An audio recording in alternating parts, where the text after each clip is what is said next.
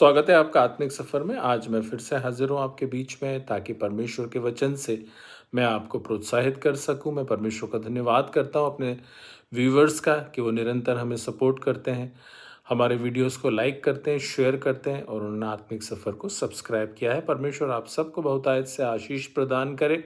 और आपको विदित है हम योना नबी की पुस्तक उसके प्रथम अध्याय का मनन और चिंतन कर रहे हैं और हमने बहुत सारी बातों को पिछले कुछ वीडियोस में देखा है। हमने देखा है कि किस प्रकार से योना को एक डिवाइन पर्पस मिला और हमने देखा है कि उसमें योना की क्या प्रतिक्रिया थी और हमने देखा है कि किस प्रकार से जब हम परमेश्वर के विजन से, परमेश्वर की बातों से, परमेश्वर के दर्शन से दूर जाते हैं तो उस समय में हमारे मन की व्यथा क्या होती है। आज हम जानेंगे कि किस प्रकार से एक पापी मनुष्य अपने जीवन में कुछ ऑर्डर्स को लेकर आता है। क्योंकि दो ही बातें हो सकती हैं, या तो हम परमेश्वर की बात मान सकते हैं, आज्ञाकारिता का जीवन जी सकते हैं, या हम अनाज्ञाकारिता में आगे बढ़ेंगे और घोर सांसारिकतावादी बन जाएंगे और हमारी जीवन की जो लगाम है वो हमारे हाथ में ही रहेगी और हमारी सोच से हम अपने जीवन में आगे बढ़ सकेंगे।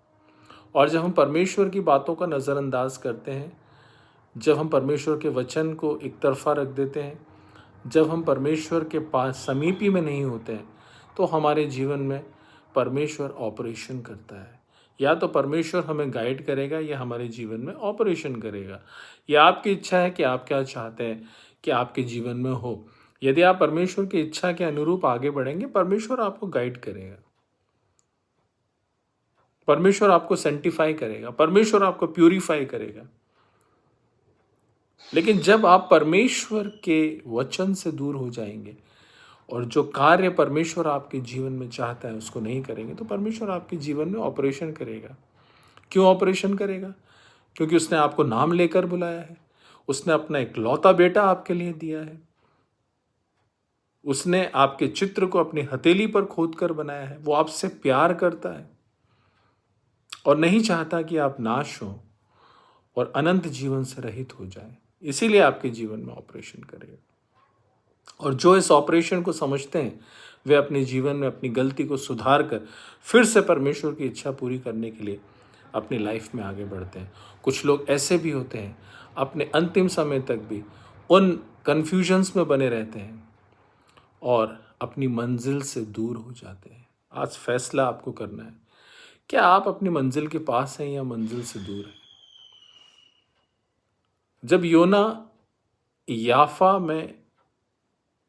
याफा नगर के बंदरगाह से जब वो तरशीश के लिए आगे बढ़ा और भाड़ा देकर जहाज पर बैठ गया, तब परमेश्वर ने पद 6 में अगर आप पढ़ेंगे, प्रचंड आंधी चलाई और इतनी बड़ी आंधी थी कि जहाज टूटने पर हो गया और इतनी बड़ी आंधी थी कि लोग डर गए, इतनी बड़ी आंधी थी कि सामान फेंकने लग गए। ये हो क्या रहा है?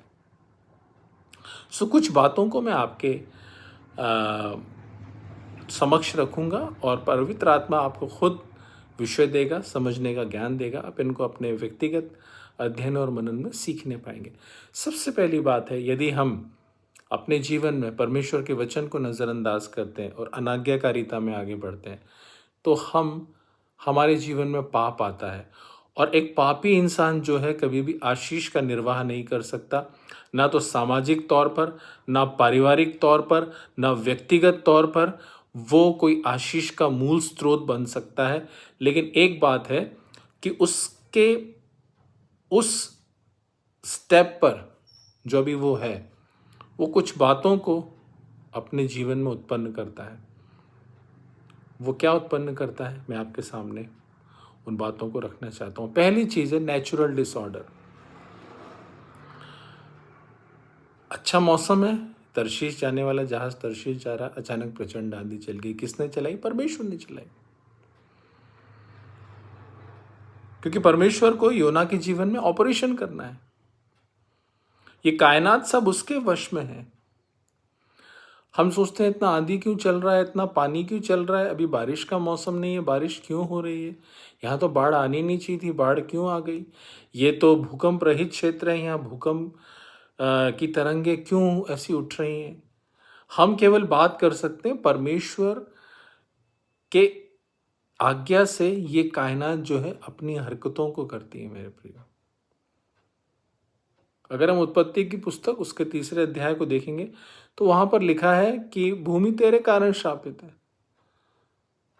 और तुझे बहुत मेहनत करना पड़ेगी, एड़ी से चोटी तक पसीना बहाना पड़ेगा। और ये पृथ्वी अगर आप वहां पढ़े तो कांटे और ऊंट कटारे उगाएगी। पहले कांटे नहीं थे, ऊंट कटारे नहीं थी, लेकिन जब पाप आया नेचुरल डिसऑर्डर्स आ गए। हमारे जीवन में जब हम पाप हमारे जीवन में हावी होता है, जहां पर हम हैं as a community, as a person, हम वहां के लिए खतरा ही खतरा है। वहां के लिए हम खतरा ही खतरा है। इसलिए आपने देखा होगा ऐसी जगह जहां पर large amount of the people अगर परमेश्वर की आज्ञा से वंचित है, वहाँ के मौसम और वहाँ की हवा कुछ अलग बात कहेगी। सो पहली चीज़ है, यदि हम पाप को एंटरटेन करते हैं तो नेचुरल डिसऑर्डर्स होंगे। ये अंतिम समय की भी निशानी है मेरे प्रिय, क्योंकि पाप बढ़ रहा है और अंतिम दिनों में इस समय में हम हैं। हमें बहुत ध्यान देने की ज़रूरत है। हम अपने जीवन में, अपने व्यक्तिगत रूप में और अपने सामाजिक रूप में हम किस स्तर से परमेश्वर की सेवा कर रहे हैं। दूसरी चीज़ है, जब पाप हमारे जीवन में आता है तो हमारे जीवन में डर आता है। और इस बात का एक खूबसूरत उदाहरण है जब यीशु मसीह नाव पर बैठा। अगर हम मत्ती 8 पढ़ेंगे, मरकुस में भी है, लूका में भी है, तो चेले भी आकर बैठ गए और तूफान ऐसा उठा, लहरें जो है कश्ती को ढक रही थी और चेलों ने यीशु मसीह को जगह कहा, प्रभु हमें बचा क्योंकि हम नष्ट हुए जाते हैं। हमेशा जहां पर पाप होगा वहां पर डर होगा।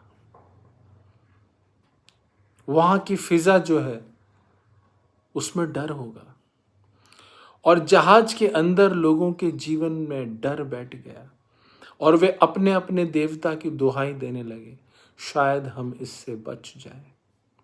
हमेशा ऐसा जीवन होगा कि हमें नहीं मालूम हमारा आगे क्या हो सकता है।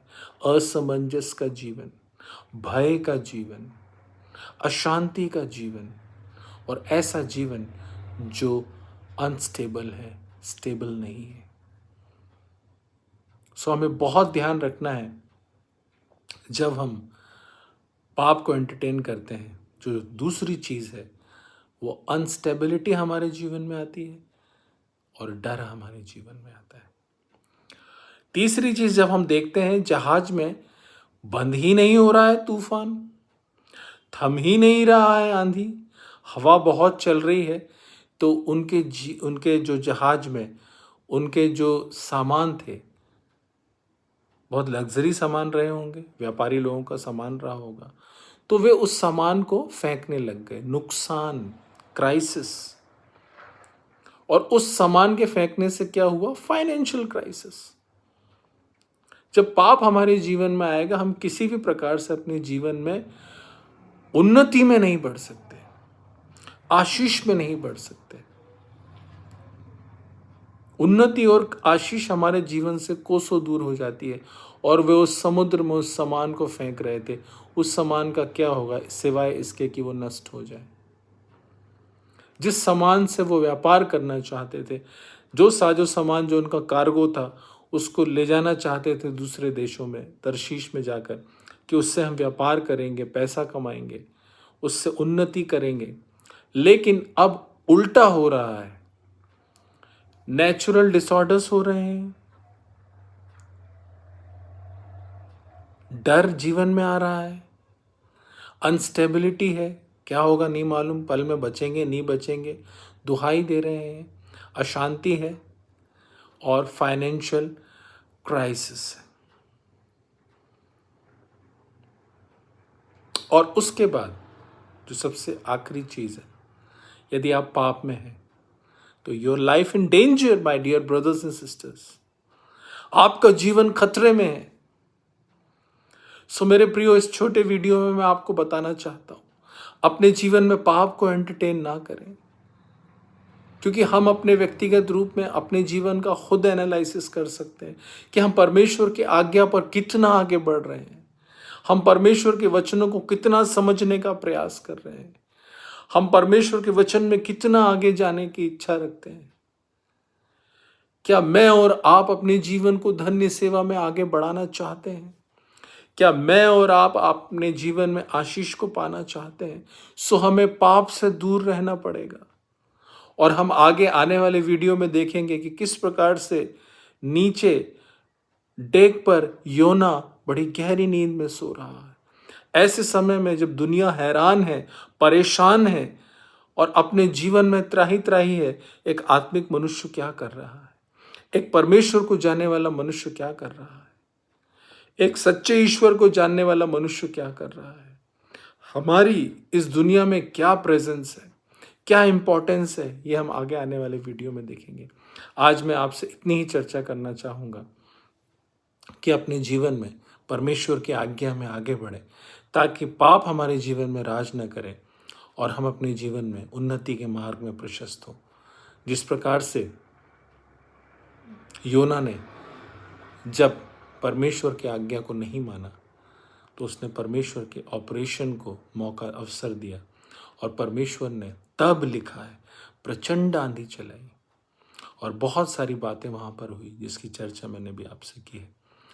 अपने जीवन में हमेशा पाप से दूर रहे और परमेश्वर की आज्ञाओं को माने, जैसा परमेश्वर आपके जीवन से करवाना चाहता है।